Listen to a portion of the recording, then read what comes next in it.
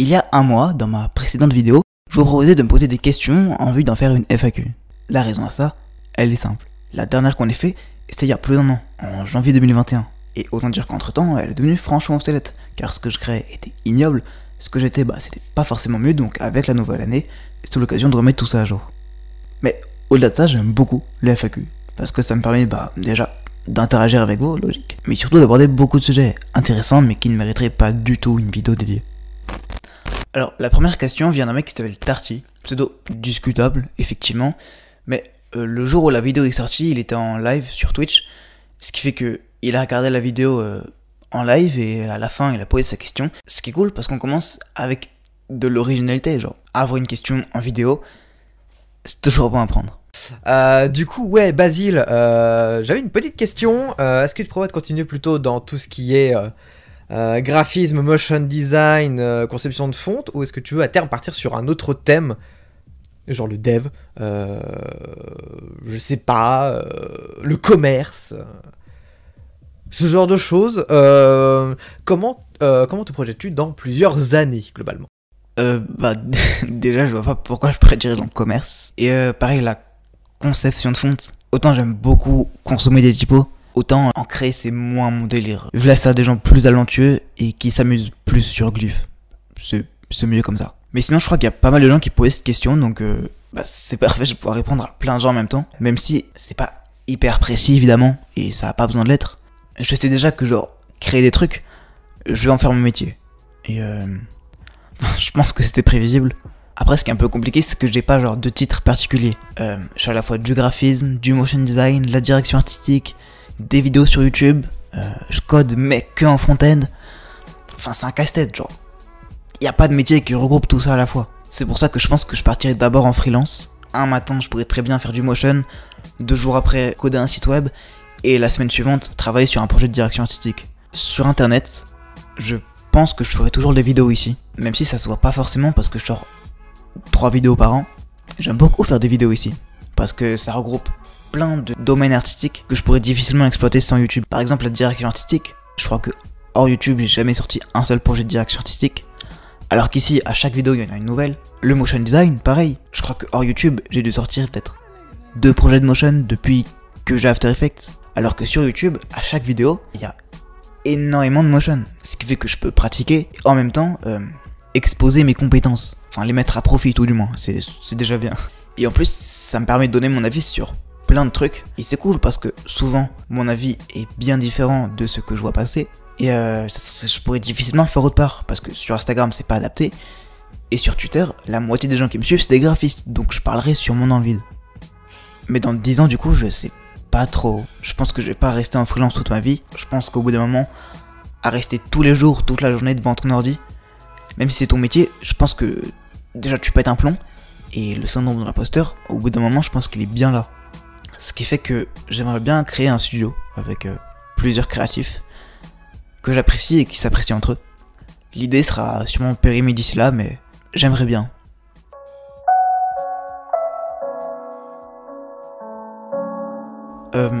Comme je l'ai dit dans ma vidéo, même si le concept en soi est trop cool, genre vraiment je pense que ça a beaucoup d'avenir, l'usage qui en est fait actuellement, à savoir réduire l'art à l'argent, c'est pas souhaitable et c'est même nuisible. Donc déjà il y a ça, évidemment, je vais pas genre investir dans un projet que je ne soutiens pas. Et au-delà de ça, ça coûte cher un NFT, genre même pour une œuvre à 0,1 ETH, ça doit peut-être représenter 250 €. Ce qui fait que, genre, si j'ai 250 € à dépenser, j'achèterai pas un NFT, hein. Il y a des choses plus importantes et pertinentes à acheter avec autant d'argent.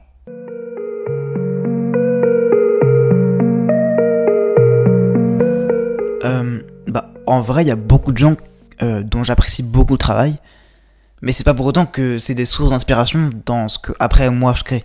Par exemple, un mec sur Instagram que je suis, je crois que son arrobase c'est virtualjsm, ce qu'il fait c'est trop cool, genre vraiment ses créations sont super stylées, mais pourtant nos deux styles sont super différents. Ce qui fait que je peux difficilement réinvestir ce que j'aime chez lui dans ce que je fais moi par la suite, encore plus inconsciemment. Et puis pareil, il y a beaucoup d'œuvres que j'apprécie beaucoup et dont je me suis pas mal inspiré, mais c'est pas pour autant qu'il y a des gens à part entière qui m'inspirent, genre. Par contre je pense qu'il y a bien une personne sans qui mon style serait pas du tout le même, c'est Canoopsy. En vrai, il est surtout connu pour faire des vidéos sur YouTube, mais en vrai, il est plus artiste que YouTuber. Le YouTube, c'est genre juste un des domaines dans lesquels il crée. En fait, c'est pas quelqu'un que j'admire spécialement ou quoi. Juste, clairement, sans lui, mon style serait pas du tout le même, c'est indéniable. Par exemple, pour mes miniatures surtout, maintenant mon style a un peu changé, mais vers le milieu de ma chaîne, je m'inspirais pas mal de lui. Enfin, je pense que ça se voit pas mal avec le fond uni, l'objet au milieu et souvent un peu de texte, même si rien de fou.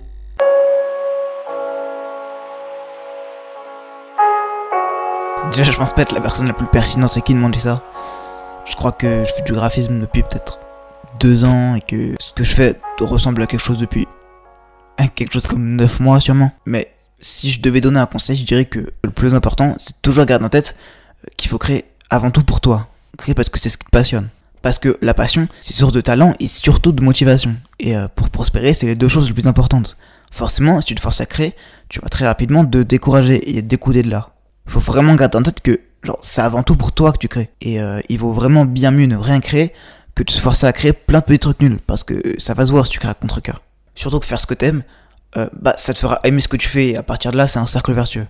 Je pense que c'est aussi super important d'apprendre à se désintéresser des chiffres. Parce que mine de rien, ça t'enlève de la pression.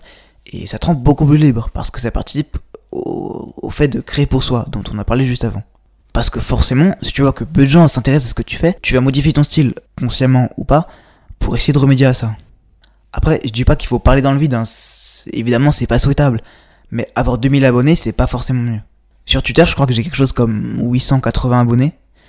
Je peux vous dire que je me sens plus vraiment libre de ce que je crée. Plus vraiment libre de sortir des sorties battues, et plus vraiment libre de sortir certaines créas qui sont au fond de mon bac, parce que je me dis que si c'est pas assez bien, il y a 880 personnes qui penseront que je suis finito. Et j'aime pas cette idée. C'est pour ça que je dis que c'est super important de créer en se détachant le plus possible des chiffres. Parce que je vois plein de gens avec un métier créatif, mais qu'ils sont plus du tout. C'est toujours le même template, toujours le même concept bateau. Ils sont sur Photoshop comme à l'usine, frère, c'est déprimant. C'est pour ça que je dis que c'est super important de se passionner pour ce que tu fais. Parce que la passion résout tous les problèmes. Et je sais que de décembre à mai, plus ou moins, j'allais assez mal. Je peux vous dire que sur cette période-là, le fait de créer, et surtout le fait qu'un nombre significatif de gens s'intéressent à ce que je fasse, c'était la seule chose qui faisait encore que je me levais le matin. C'était ma raison de vivre, mais au sens littéral. Passionnez-vous pour ce que vous faites, et tout ira bien.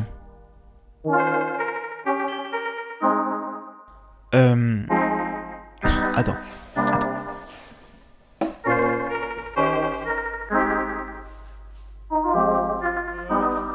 C'est déjà plus simple comme ça. Alors, le Finder, le Launchpad, les messages et les photos, je pense pas avoir à expliquer grand chose. Safari et Chrome, au quotidien j'utilise Safari, mais pour coder, Chrome est juste indispensable. Ne serait-ce qu'avec l'outil d'inspection et celui qui permet de simuler plein de résolutions différentes pour faire du responsive, c'est juste... tu peux pas faire autrement. Apple Music, jusqu'à maintenant j'utilisais Deezer. Avec mes AirPods, j'ai eu 6 mois d'essai gratuit.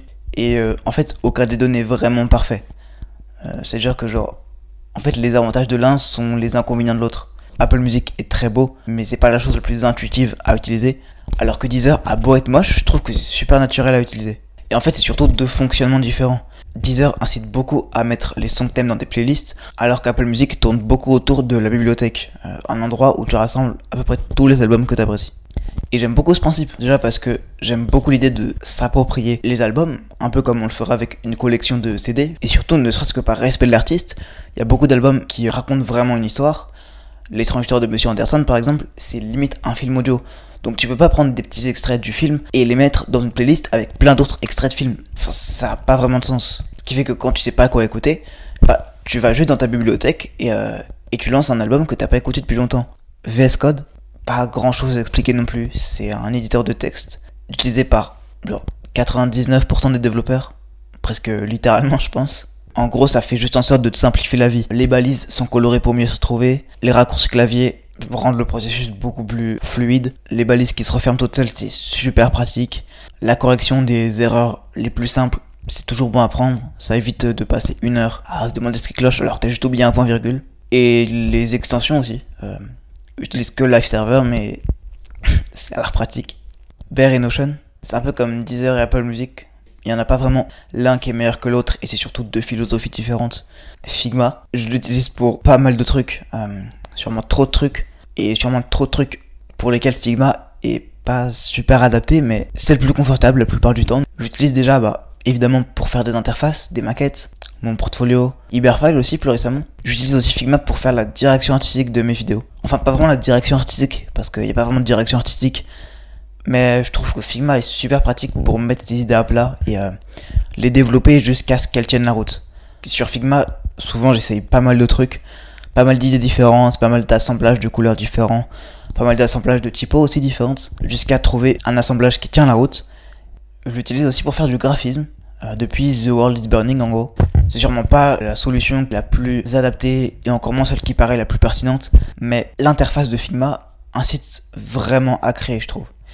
Et je pense vraiment premier degré que utiliser Figma, ça augmente ma créativité. Parce que tout est super accessible, tout est à portée de main, tout est simplifié comme pas possible. Ce qui fait que vraiment Figma incite énormément à créer. Et je pense que sans Figma, j'en serais pas là où j'en suis en graphisme actuellement. Évidemment, on peut pas tout faire sur Figma. À la fin, j'exporte quand même le SVG.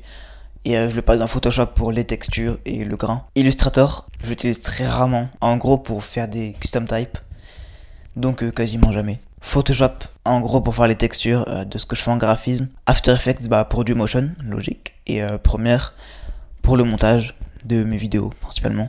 Et QuickTime c'est juste pour enregistrer le son de ma vidéo. Voilà. La dernière question vient d'un mec qui s'appelle Mathieu. J'y réponds pas, juste je l'affiche, c'est tout.